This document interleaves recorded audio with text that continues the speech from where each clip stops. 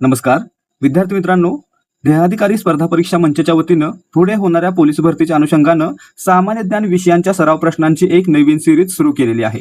या सिरीजमध्ये आपण एक प्रश्न पाहत असू तर त्या प्रश्नाबद्दल आणखी 4 वन लाइनर प्रश्न देखील पाहत आहोत, जेणेकरून आपला कमीत कमी 5 ते 6 प्रश्नांचा सराव एकाच प्रश्नाच्या माध्यमातून होऊ शकतो। त्यामुळे जर तुम्ही येणाऱ्या पोलीस भरतीसाठी तयारी करताय, त्यासाठी तुम्हाला जास्तीत जास्त प्रश्नांचा स्पष्टीकरणासह सराव करायचा आहे तर आपलं चॅनल सबस्क्राइब करा आणि हा व्हिडिओ पूर्ण पहा।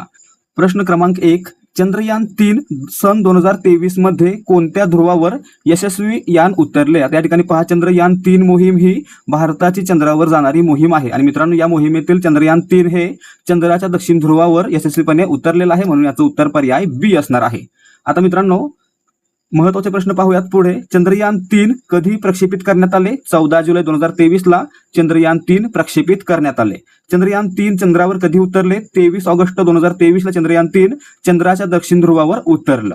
ठीक आहे, आणि पुढे चंद्रयान 3 च्या रोव्हरचे नाव काय? चंद्रयान 3 च्या लँडरचे नाव काय? आता मित्रांनो चंद्रयान 3 जे उतरलं त्या लँडरचं नाव होतं विक्रम, आणि मित्रांनो त्या ठिकाणी फिरणाऱ्या रोव्हरचं नाव काय असणार आहे? प्रज्ञान। याला त्या ठिकाणी लक्षात ठेवायचं, लँडरचं नाव विचारलं तर विक्रम या लँडरच्या सहाय्यानं चंद्रयान 3 हे चंद्राच्या दक्षिण ध्रुवावर उतरलेलं आहे, आणि त्या ठिकाणी भ्रमण करण्यासाठी किंवा त्या ठिकाणी फिरण्यासाठी फोटो घेण्यासाठी प्रज्ञान नावाचा रोव्हर देखील या मिशन मध्ये आहे। आता पुढे इस्रोचे सध्याचे अध्यक्ष कोण आहेत? इस्रो सध्याचे अध्यक्ष कोण आहेत मित्रांनो? या ठिकाणी हे नाव खोडायचं आहे। सध्या कोण आहेत?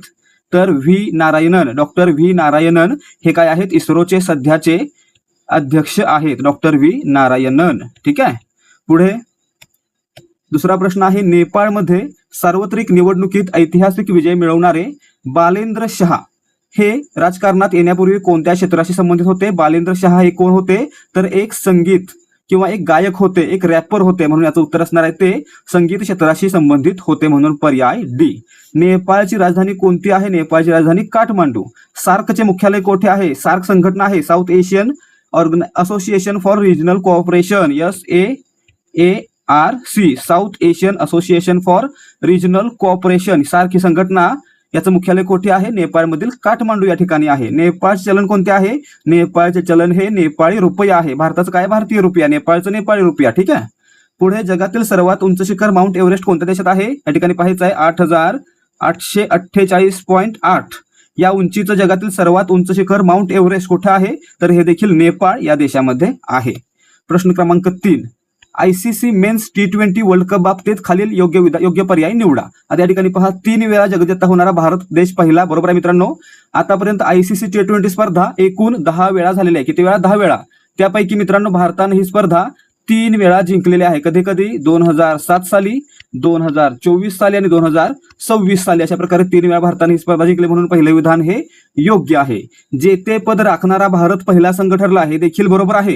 या ठिकाणी सलग 2 वेळा जिंकणारा म्हणजे आपलं मागच्या वर्षीचं जेतेपद राखणारा भारत हा पहिलाच संघ ठरलेला आहे, म्हणजेच ICC T20 men's world cup भारतानं सलग 2 वेळा जिंकलेला आहे। ठीक आहे, आणि तिसरं विधान पहा, 2024 मध्ये भारताने ऑस्ट्रेलियाला अंतिम सामन्यात हरवले।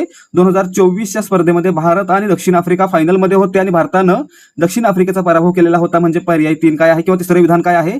चुकीचं आहे। म्हणजे आपलं उत्तर काय असलं पाहिजे? फक्त विधान 1 आणि 2 योग्य आहेत, म्हणून पर्याय ए या प्रश्नाचं योग्य उत्तर असलंच पाहिजे। आणि जर आपल्याला या ठिकाणी 2007 बद्दल विचारलं किंवा 2026 बद्दल विचारलं तर लक्षात ठेवायचे, 2007 ला पहिलीच ICC वर्ल्ड कप स्पर्धा भरली होती, आणि मित्रांनो यावर्षी भारतानं पाकिस्तानचा पराभव केलेला होता। 2024 ला दक्षिण आफ्रिकेचा पराभव केलेला होता आणि 2026 ला न्यूझीलंड या देशाचा पराभव करून भारताने ही स्पर्धा तिसऱ्यांदा जिंकलेली आहे। लक्षात ठेवायचे आहे, ICC men's T20 world cup स्पर्धा सुरुवात झाली होती 2007 साली, आणि पहिली स्पर्धा दक्षिण आफ्रिका या देशामध्ये झाली होती आणि ती भारतानं पाकिस्तानचा पराभव करून जिंकलेली होती। आता वन लाइनर प्रश्न पाहूयात। 2024चा T20 विश्वचषक कोणत्या देशाने जिंकला? 2024चा कोणी जिंकला? भारतानं जिंकला। कोणाचा पराभव केला? त्यासाठी भारतानं दक्षिण आफ्रिकेचा पराभव केला। ठीक आहे, 2024च्या T20 विश्वचषकात भारताने अंतिम फेरीत कोणाचा पराभव केला? दक्षिण आफ्रिकेचा केला। आणि 2024च्या T20 विश्वचषकात प्लेयर ऑफ द सिरीज कोण ठरला? तर या ठिकाणी पाहायचंय, प्लेयर ऑफ द सिरीज ठरलेला होता जसप्रीत बुमराह। ठीक आहे, प्रश्न क्रमांक 4, भारताचे 26वे मुख्य निवडणूक आयुक्त कोण? या ठिकाणी पहा मित्रांनो, भारताचे 25वे आणि 26वे लक्षात ठेवायचे। 25वे कोण होते? 25वे राजीव कुमार हे भारताचे 25वे मुख्य निवडणूक आयुक्त होते, तर आता 26वे बनलेले आहेत ज्ञानेश कुमार किंवा ज्ञानेश कुमार, म्हणजे आपलं उत्तर पर्याय ए असणार आहे. ज्ञानेश कुमार हे भारताचे 26वे मुख्य निवडणूक आयुक्त आहेत. आता या ठिकाणी वन लाईनर प्रश्न पाहूयात. भारताचे पहिले मुख्य निवडणूक आयुक्त कोण होते? या ठिकाणी पहा, भारताचे पहिले मुख्य निवडणूक आयुक्त होते सुकुमार सेन. भारतीय निवडणूक आयोगाची स्थापना कधी झाली? 25 जानेवारी 1950 ला भारतीय निवडणूक आयोगाची स्थापना झाली होती आणि याच धर्तीवर राष्ट्रीय मतदार दिवस हा 25 जानेवारीला साजरा केला जातो. आता पुढे मुख्य निवडणूक आयुक्तांचा कार्यकाल किती वर्षांचा असतो? या ठिकाणी पहा, मुख्य निवडणूक आयुक्त हे वयाची 65 वर्षे किंवा 6 वर्षे यापैकी जे काही आधी असेल तितका कालावधी या पदावर राहू शकतात. ठीक आहे. पुढे प्रश्न क्रमांक 5, महाराष्ट्राचे राज्य निवडणूक आयुक्त कोण आहेत? सध्या दिनेश टी वाघमारे हे महाराष्ट्र राज्याचे मुख्य निवडणूक आयुक्त आहेत, म्हणून पर्याय बी याचं उत्तर असणार आहे. आता पुढे वन लाईनर प्रश्न पहा, महाराष्ट्र राज्य निवडणूक आयोगाची स्थापना कधी झाली? 26 एप्रिल 1994 ला महाराष्ट्र राज्य निवडणूक आयोगाची स्थापना झालेली आहे. आणि मित्रांनो, ही स्थापना कशानुसार होते? तर 73व्या घटनादुरुस्तीनं होते. महाराष्ट्राचे पहिले राज्य निवडणूक आयुक्त कोण होते? तर या ठिकाणी पहा, DN चौधरी हे महाराष्ट्राचे पहिले मुख्य निवडणूक आयुक्त होते. पुढे पंचायत राज संस्थांच्या निवडणुका कोण घेते? आता या ठिकाणी जर आपण विचार केला की जर लोकसभा, राज्यसभा, विधानसभा, विधान परिषद यांच्या निवडणुका कोण घेतं? तर केंद्रीय निवडणूक आयोग. त्याच धर्तीवर जर राज्यामध्ये असलेल्या स्थानिक स्वराज्य संस्थांच्या निवडणुका असतील, म्हणजे पंचायत समिती, पंचायत किंवा जिल्हा परिषद यांच्या निवडणुका कोण घेतं? तर राज्य निवडणूक आयोग, म्हणून याचं उत्तर आहे राज्य निवडणूक आयोग. पंचायत राज संस्थांच्या निवडणुका कोण घेणार आहे? राज्य निवडणूक आयोग. याची स्थापना भारतीय राज्यघटनेच्या कलम 243 के नुसार करण्यात आलेली आहे. राज्य निवडणूक आयुक्तांची नियुक्ती कोण करते? राज्यपाल करतात. राज्य निवडणूक आयुक्तांची नियुक्ती राज्यपाल करत असतात. परंतु राजीनामा कोणाकडे द्यायचा आहे? तर हे राजीनामा राष्ट्रपतींकडे द्यावा लागतो. पुढे प्रश्न क्रमांक 6, दिल्लीच्या मुख्यमंत्री कोण आहेत? सध्या रेखा गुप्ता या दिल्लीच्या मुख्यमंत्री आहेत, म्हणून पर्याय सी या प्रश्नाचं उत्तर आहे. दिल्लीला राष्ट्रीय राजधानी प्रदेशचा दर्जा कोणत्या घटनादुरुस्तीने मिळाला? दिल्लीला 69व्या घटनादुरुस्तीनं राष्ट्रीय राजधानी प्रदेश म्हणजेच NCR नॅशनल कॅपिटल रिजन हा दर्जा 69व्या घटनादुरुस्तीने देण्यात आलेला आहे. दिल्ली विधानसभेची सदस्य संख्या किती आहे? दिल्ली विधानसभेची सदस्य संख्या ही 70 इतकी आहे. दिल्लीचे पहिले मुख्यमंत्री कोण होते? चौधरी ब्रह्मप्रकाश. आणि चौथा प्रश्न, दिल्लीचे नायब राज्यपाल कोण आहेत? तर या ठिकाणी हे नाव खोडायचं, विनय कुमार सक्सेना नाही, तर आता तरनजीत सिंग संधू हे काय आहेत? तर दिल्लीचे नायब राज्यपाल आहेत. ठीक आहे. पुढे प्रश्न क्रमांक 7 पहा, सेंट्रल व्हिस्टा पुनर्विकास प्रकल्प हे कोणत्या विषयाशी निगडीत आहे? सेंट्रल व्हिस्टा म्हणजे काय? तर आपले दिल्लीचे संसद भवन याचा पुनर्विकासला कोणतं नाव देण्यात आलेलं आहे? सेंट्रल व्हिस्टा पुनर्विकास प्रकल्प. अशा प्रकारे आपलं उत्तर काय असणार या ठिकाणी? तर पर्याय डी. ठीक आहे. आता वन लाईनर प्रश्न पहा, नवीन संसद भवनाचे उद्घाटन कधी झाले? 28 मे 2023 ला नवीन संसद भवनाचे उद्घाटन झाले. नवीन संसद भवनाचे मुख्य वास्तुविशारद कोण आहेत? नवीन संसद भवनाचे मुख्य वास्तुविशारद आहेत बिमल पटेल. नवीन संसद भवनात लोकसभेची रचना कोणत्या थीमवर आधारित आहे? तर मोर किंवा राष्ट्रीय पक्ष या थीमवर नवीन संसद भवनामध्ये लोकसभेची रचना आहे. नवीन संसद भवनात राज्यसभेची रचना कोणत्या थीमवर आहे? राज्यसभेची रचना आहे ती कमळ या थीमवर आहे. ठीक आहे. प्रश्न क्रमांक 8, खालीलपैकी शहराशी निगडीत चुकीचे टोपण नाव निवडा. जयपूर गुलाबी शहर बरोबर, जोधपूर निळे शहर बरोबर, अमृतसर सुवर्ण नगरी हे देखील बरोबर, परंतु उदयपूरला काय म्हणायचं? पांढरे शहर म्हणायचं. पांढरे शहर, मग या ठिकाणी पिवळे दिलंय म्हणजे हे चुकीचे दिलंय, म्हणून पर्याय सी या प्रश्नाचं उत्तर आहे. ही जोडी चुकीची दिलेली आहे. उदयपूर काय आहे? पांढरे शहर आहे. आता पुढे पाहूयात वन लाईनर प्रश्न, भारताचे सरोवरांचे शहर कशाला म्हणतात? उदयपूरला सरोवरांचे शहर असं म्हटलं जातं. गुलाबी शहर म्हणून कोणते शहर ओळखले जाते? तर जयपूर. सुवर्ण नगरी म्हणून कोणते शहर प्रसिद्ध आहे? जैसलमेर. तसेच अमृतसर हे काय आहे? सुवर्ण नगरी म्हणून प्रसिद्ध आहे. आणि भारताचे मँचेस्टर कोणत्या शहराला म्हणतात? गुजरातमधील अहमदाबाद या शहराला भारताचे मँचेस्टर म्हणतात, तर इचलकरंजीला महाराष्ट्राचे मँचेस्टर असं म्हटलं जातं. प्रश्न क्रमांक 9, भारताची सिलिकॉन व्हॅली म्हणून कोणते शहर ओळखले जाते? तर कर्नाटकातील बंगळुरू हे काय आहे? भारतातील सिलिकॉन व्हॅली म्हणून ओळखलं जाणारं शहर, म्हणजे पर्याय सी याचं उत्तर असणार आहे. सायन्स सिटी ऑफ इंडिया म्हणून कोणते शहर ओळखले जाते? सायन्स सिटी ऑफ इंडिया बेंगलुरूच आहे. भारताची आर्थिक राजधानी कोणती आहे? मुंबई. कारण काय? या ठिकाणी RBI किंवा सेबी, LIC यासारख्या अनेक संघटनांच्या संस्थांचे मुख्यालय आहेत, म्हणून मित्रांनो या ठिकाणी मुंबईला काय म्हणणार आपण? भारताची आर्थिक राजधानी. या ठिकाणी RBI आहे, सेबी आहे, त्याचबरोबर बॉम्बे स्टॉक मार्केट देखील या ठिकाणी आहे म्हणून याला म्हणायचं भारताची आर्थिक राजधानी. स्पेस सिटी म्हणून कोणत्या शहराला ओळखले जाते? स्पेस सिटी म्हणून बेंगलुरूलाच ओळखले जाते आणि हायटेक सिटी म्हणून हैदराबादला ओळखलं जातं. ठीक आहे. प्रश्न क्रमांक 10. भारताचे सर्वात मोठे क्षेत्रफळ असलेले राज्य कोणते? या ठिकाणी पहिली राज्य पाहिजेत, पहिली 5 राज्य. पहिलं राजस्थान, दुसरं मध्य प्रदेश, तिसरं आपला महाराष्ट्र, चौथं उत्तर प्रदेश आणि 5वं गुजरात. अशा प्रकारे पहिली 5 राज्य आहेत. मग या ठिकाणी आपल्याला काय विचारले? सर्वात मोठे कोणते आहे? राजस्थान म्हणजे पर्याय बी याचं उत्तर असणार आहे. महाराष्ट्र 3ऱ्या क्रमांकावर, मध्य प्रदेश 2ऱ्या आणि उत्तर प्रदेश 4थ्या क्रमांकाचं मोठं राज्य आहे. पुढे पहा प्रश्न क्रमांक 1 लाइनर मध्ये प्रश्न क्रमांक 1. क्षेत्रफळाच्या दृष्टीने भारताच्या जगात कितवा क्रमांक लागतो? क्षेत्रफळाच्या दृष्टीने भारतात जगात 7वा क्रमांक लागतो. क्षेत्रफळाच्या दृष्टीने भारतातील सर्वात लहान राज्य कोणते? सर्वात मोठे राजस्थान, सर्वात लहान गोवा. लोकसंख्येच्या दृष्टीने भारतातील सर्वात मोठे राज्य कोणते? लोकसंख्येचा विचार केला तर सर्वात मोठं राज्य आहे उत्तर प्रदेश आणि सर्वात लहान कोणतं आहे? सिक्कीम. सर्वाधिक लोकसंख्या उत्तर प्रदेशमध्ये आहे, सर्वात कमी लोकसंख्या सिक्कीम मध्ये आहे. प्रश्न क्रमांक 11. भारताचा राष्ट्रीय ध्वज कोणी तयार केला? तर या ठिकाणी पाहायचंय पिंगली व्यंकय्या यांनी भारताचा राष्ट्रीय ध्वज तयार केलेला आहे. पर्याय बी याचं उत्तर असणार आहे. आणि मित्रांनो, राष्ट्रीय सभेने किंवा राष्ट्रीय संविधान सभेने हा ध्वज कधी स्वीकारला? तर 22 जुलै 1947 संविधान सभेनं पिंगली व्यंकय्या यांनी डिझाईन केलेला भारताचा राष्ट्रीय ध्वज स्वीकारण्यात आला. भारतीय राष्ट्रीय ध्वजाची लांबी आणि रुंदी यांचे प्रमाण किती आहे? लांबी आणि रुंदी विचारलं की लांबी 3, रुंदी 2 असं प्रमाण असलं पाहिजे. राष्ट्रीय ध्वजातील अशोक चक्रात किती आरे असतात? राष्ट्रीय ध्वजातील अशोक चक्रामध्ये 24 आरे असतात. झेंडा गीत विजयी विश्व तिरंगा प्यारा कोणी लिहिले आहे? श्यामलाल गुप्त पार्षद यांनी विजयी विश्व तिरंगा प्यारा हे गीत लिहिलेलं आहे. श्यामलाल गुप्त पार्षद. त्यासोबतच जर आपल्याला सारे जहां से अच्छा हिंदुस्तान हमारा हे गीत विचारलं तर कोणी लिहिलं? मोहम्मद इक्बाल यांनी लिहिलेलं आहे. प्रश्न क्रमांक 12. बीबी का मकबरा हे औरंगजेबाच्या कोणत्या पुत्राने बांधायला सुरू केले? या ठिकाणी पाहायचं आहे औरंगजेबाची पत्नी होती रबिया उद दौरानी उर्फ दिलरास बानो बेगम. हिचा मुलगा मोहम्मद आझम शहा यांनी काय केलं? आपल्या आईच्या स्मरणार्थ औरंगजेबाच्या सांगण्यावरून बीबी का मकबरा बांधायला सुरुवात केली म्हणून याचं उत्तर पर्याय बी असणार आहे. आता बीबी का मकबरा कोणत्या शहरात आहे? छत्रपती संभाजीनगर मध्ये आहे. बीबी का मकबरा कोणाच्या स्मरणार्थ बांधला गेला? तर औरंगजेबाची पत्नी रबिया उद दौरानी उर्फ दिलरास बानो बेगम. बीबी का मकबऱ्याला दुसरे काय म्हटले जाते? तर या ठिकाणी पहा, बीबी का मकबऱ्याला दख्खनचा ताजमहाल असं म्हटलं जातं. आणि ताजमहाल कोणी बांधला? ताजमहाल लाल किल्ला कोणी बांधला? शहाजहाननं बांधला. ताजमहाल कोणा स्मरणार्थ बांधला? मुमताज महल यांच्या स्मरणार्थ बांधलेला होता. प्रश्न क्रमांक 13. अजिंठा लेणी ही कोणत्या नदीवर स्थित आहे? त्या ठिकाणी पहा, अजिंठा लेणी ही वाघोरा नदीवर स्थित आहेत म्हणजे याचं उत्तर पर्याय बी असणार आहे. अजिंठा लेणी कोणत्या जिल्ह्यामध्ये आहेत? अजिंठा लेणी ही छत्रपती संभाजीनगर जिल्ह्यामध्ये आहेत. ठीक आहे. पुढे आपण ऑनलाईनर प्रश्न पाहूया. अजिंठा लेण्या कोणत्या जिल्ह्यात आहेत? छत्रपती संभाजीनगर. अजिंठा लेण्यांचा समावेश युनेस्कोच्या जागतिक वारसा स्थळांमध्ये कधी झाला? 1983 साली झाला. अजिंठा लेण्या प्रामुख्याने कोणत्या धर्माशी संबंधित आहेत? या ठिकाणी बौद्ध आणि जैन धर्माच्या लेण्या आढळतात, परंतु प्रामुख्यानं बौद्ध धर्माच्या लेण्या आढळतात म्हणून पर्याय बौद्ध धर्म हे आपलं उत्तर असलं पाहिजे. वेरूळची लेणी कोणत्या पर्वतरांगांमध्ये खोदली आहेत? वेरूळची लेणी आहेत ती सह्याद्री पर्वतरांगांमधीलच आहेत आणि छत्रपती संभाजीनगर जिल्ह्यामध्येच आहेत. प्रश्न क्रमांक 14. पहिली गोलमेज परिषद कोठे झाली?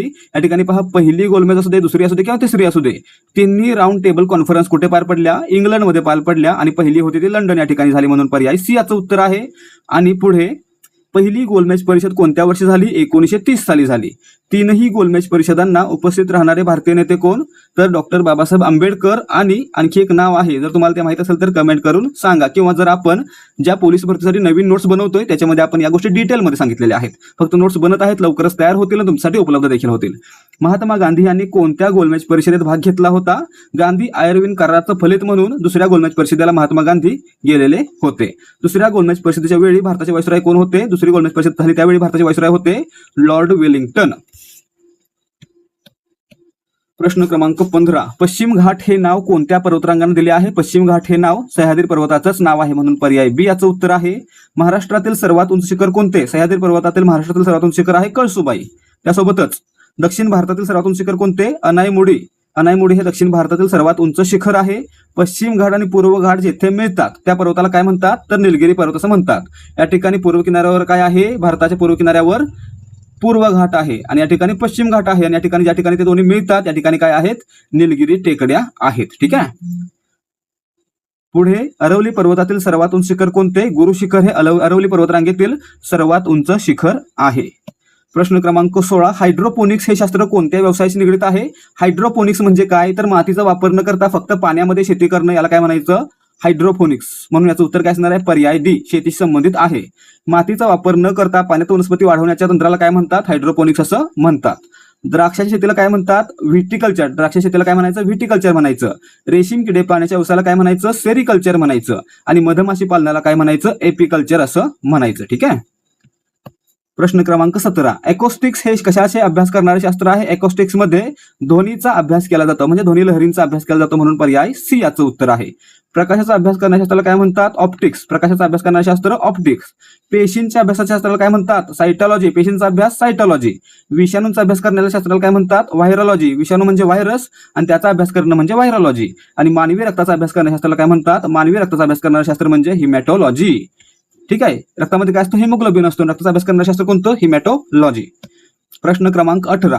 आहारातील ऊर्जेचे प्रमुख स्रोत कोणते? कार्बोहायड्रेट्स, म्हणजे कर्बोदके हे आहारातील ऊर्जेचे प्रमुख स्रोत आहेत, म्हणून याचं उत्तर पर्याय बी आहे. आणि मित्रांनो, याच्या 1 ग्रॅम कार्बोहायड्रेट्स मधून 4 किलो कॅलरी इतकी ऊर्जा मिळते. ठीक आहे.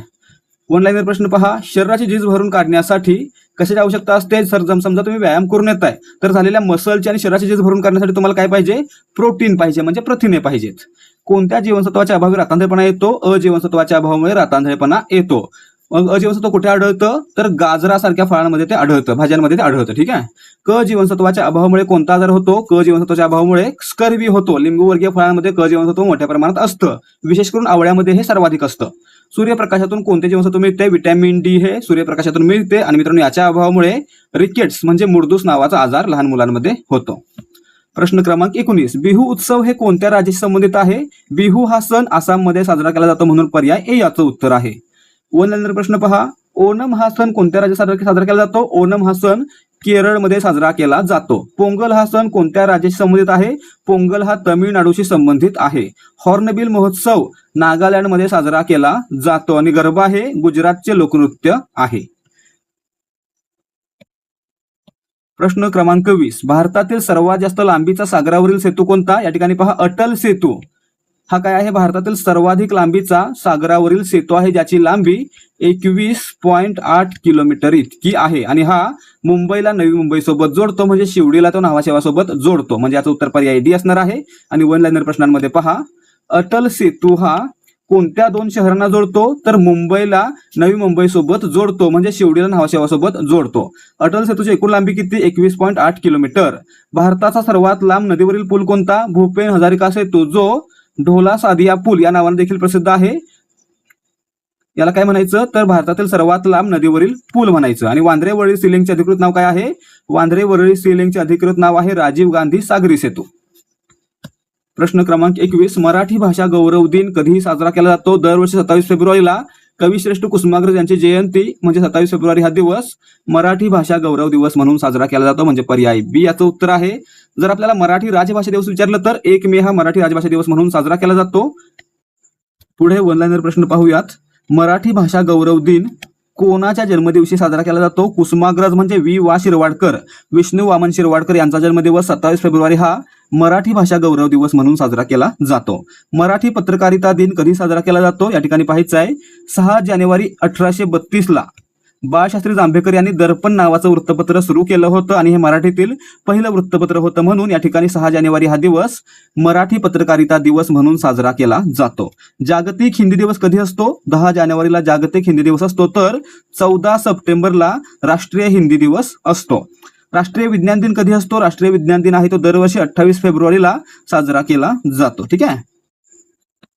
प्रश्न क्रमांक 22. खालीलपैकी कोणती भाषा ही अभिजात भाषा आहे? आता या ठिकाणी पहा, 2014 साली ओडिया या भाषेला अभिजात भाषा म्हणून दर्जा देण्यात आलेला होता, म्हणून पर्याय सी याचं उत्तर आहे. आणि मित्रांनो, ही अभिजात भाषा दर्जा मिळवणारी 6वी भाषा ठरली होती, म्हणजे या ठिकाणी 2024 पर्यंत भारतामध्ये 6 अभिजात भाषा होत्या, परंतु 2024 ला आणखी 5 भाषांचा समावेश अभिजात भाषा म्हणून करण्यात आला, ज्याच्यामध्ये मराठी देखील होती. आणि मित्रांनो, अशा प्रकारे भारतामध्ये सध्या 11 अभिजात भाषा आहेत. आता यावरचे ऑनलाईन प्रश्न पहा. भारताची पहिली अभिजात भाषा कोणती? तर 2004 साली तमिळ भाषेला अभिजात भाषेचा दर्जा देण्यात आलेला होता, आणि मित्रांनो त्यामुळे ही तमिळ ही भारतातील पहिली अभिजात भाषा आहे. सध्या भारतात एकूण किती अभिजात भाषा आहेत? तर 11 अभिजात भाषा आहेत. मराठी भाषेला अभिजात दर्जा कधी मिळाला? 3 ऑक्टोबर 2024 ला मराठी भाषेला अभिजात भाषेचा दर्जा देण्यात आलेला आहे. आणि मित्रांनो त्यामुळेच महाराष्ट्रामध्ये दरवर्षी 3 ऑक्टोबर हा दिवस मराठी अभिजात भाषा दिवस म्हणून साजरा करण्याचा निर्णय घेण्यात आलेला आहे. संस्कृत भाषेला अभिजात भाषा दर्जा कधी मिळाला? संस्कृतला अभिजात भाषेचा दर्जा हा 2005 साली देण्यात आलेला होता. प्रश्न क्रमांक 23, गीता रहस्य हे पुस्तक कोणी लिहिले? लोकमान्य टिळक जेव्हा गणमंडळाच्या तुरुंगात होते त्यावेळी त्यांनी 1908 ते 1914 या कालावधीमध्ये गीता रहस्य नावाचं पुस्तक लिहिलं. म्हणजे याचं उत्तर पर्याय ए असणार आहे. यामध्ये काय आहे तर भगवद्गीतेवर टीका आहे. ठीक आहे. पुढे पहा, वन लाईनर प्रश्न कोणते आहेत? लोकमान्य टिळकांनी गीता रहस्य हा ग्रंथ कोणत्या तुरुंगात लिहिला? मंडाले तुरुंगात लिहिला. त्या ठिकाणी ते 1908 ते 1914 या 6 वर्षांच्या कालावधीमध्ये होते. गुलामगिरी हे पुस्तक कोणी लिहिले? गुलामगिरी हे पुस्तक महात्मा ज्योतिराव फुले यांचं आहे आणि त्यांनी हे पुस्तक अमेरिकेतील कृष्णवर्णीय जनतेला समर्पित केलेलं आहे. डिस्कव्हरी ऑफ इंडिया भारताचा शोध हे पुस्तक कोणी लिहिले? भारताचे पहिले पंतप्रधान पंडित जवाहरलाल नेहरू यांनी डिस्कव्हरी ऑफ इंडिया नावाचा ग्रंथ लिहिलेला आहे.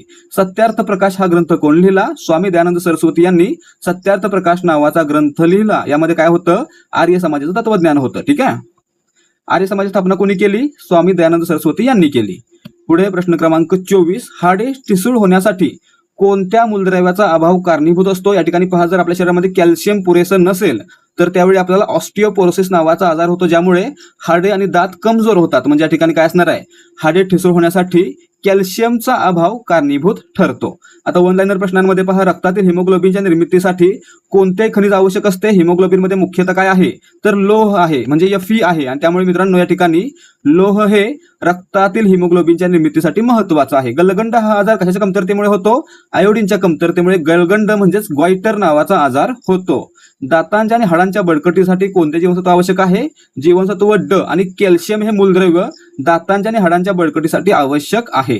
मानवी शरीरातील सर्वात मोठे हाड कोणते? फीमर म्हणजे मांडीचे हाड हे मानवी शरीरातील सर्वात मोठे हाड आहे. त्यासोबत स्टेपस म्हणजे कानातील हाड हे मानवी शरीरातील सर्वात लहान हाड आहे. प्रश्न क्रमांक 25, बंदुकीतून गोळी सुटल्यावर बंदूक मागे सरकते हे खालीलपैकी कशामध्ये स्पष्ट केले आहे? या ठिकाणी पहा, न्यूटनचा तिसरा नियम काय सांगतो? जेव्हा आपण एखाद्या वस्तूवर बल लावतो तर तेवढंच प्रतिबल ती वस्तू आपल्यावर लावत असते. म्हणजेच every action has equal and opposite reaction. म्हणजे या ठिकाणी काय झालं? बंदुकीतून गोळी जेव्हा सुटली तेव्हा बंदुकीची गोळी पुढे जाताना तेवढाच धक्का मागे देखील बसतो. याला काय म्हटलं पाहिजे आपण? न्यूटनचा तिसरा नियम म्हटलं पाहिजे. म्हणून पर्याय सी याचं उत्तर आहे. ए नाही, पर्याय सी याचं उत्तर आहे. आता पुढे, न्यूटनचा पहिला नियम कशाशी संबंधित आहे? न्यूटनचा पहिला नियम काय सांगतो? जोपर्यंत एखाद्या वस्तूवर बाह्य बल लावलं जात नाही तोपर्यंत ती वस्तू तिच्या स्थिर किंवा गतिमान अवस्थेमध्ये असते. याला काय म्हणायचं? जडत्वाचा नियम म्हणायचं. ठीक आहे. न्यूटनचा पहिला नियम काय? जडत्व. न्यूटनचा दुसरा नियम कशा सूत्र देतो? न्यूटनचा दुसरा नियम आहे तो बलाचा सूत्र देतो. बल म्हणजे काय? फोर्स. फोर्स म्हणजे काय? फोर्स बरोबर मास इंटू ऍक्सलरेशन. पुढे, प्रत्येक क्रियेला समान आणि विरुद्ध प्रतिक्रिया असते हा कोणता नियम आहे? न्यूटनचा तिसरा नियम आहे. प्रत्येक क्रियेला समान आणि विरुद्ध प्रतिक्रिया असते हा न्यूटनचा तिसरा नियम आहे. आणि पुढे, गुरुत्वाकर्षणाचा शोध कोणी लावला? गुरुत्वाकर्षणाचा शोध आहे तो आयझॅक न्यूटन यांनी लावलेला आहे. म्हणजे या ठिकाणी मित्रांनो आपले आजचे प्रश्न समाप्त होत आहेत. जर तुम्हाला आजच्या प्रश्नांची उत्तर आणि स्पष्टीकरण समजलं असेल तर व्हिडिओला लाईक करा आणि अशाच प्रकारच्या प्रश्नोत्तराच्या माध्यमातून पोलीस भरतीचा सराव करण्यासाठी आपल्या चॅनलला सबस्क्राईब देखील करा. भेटूयात पुढच्या भागामध्ये. जय हिंद, जय भारत आणि जय महाराष्ट्र.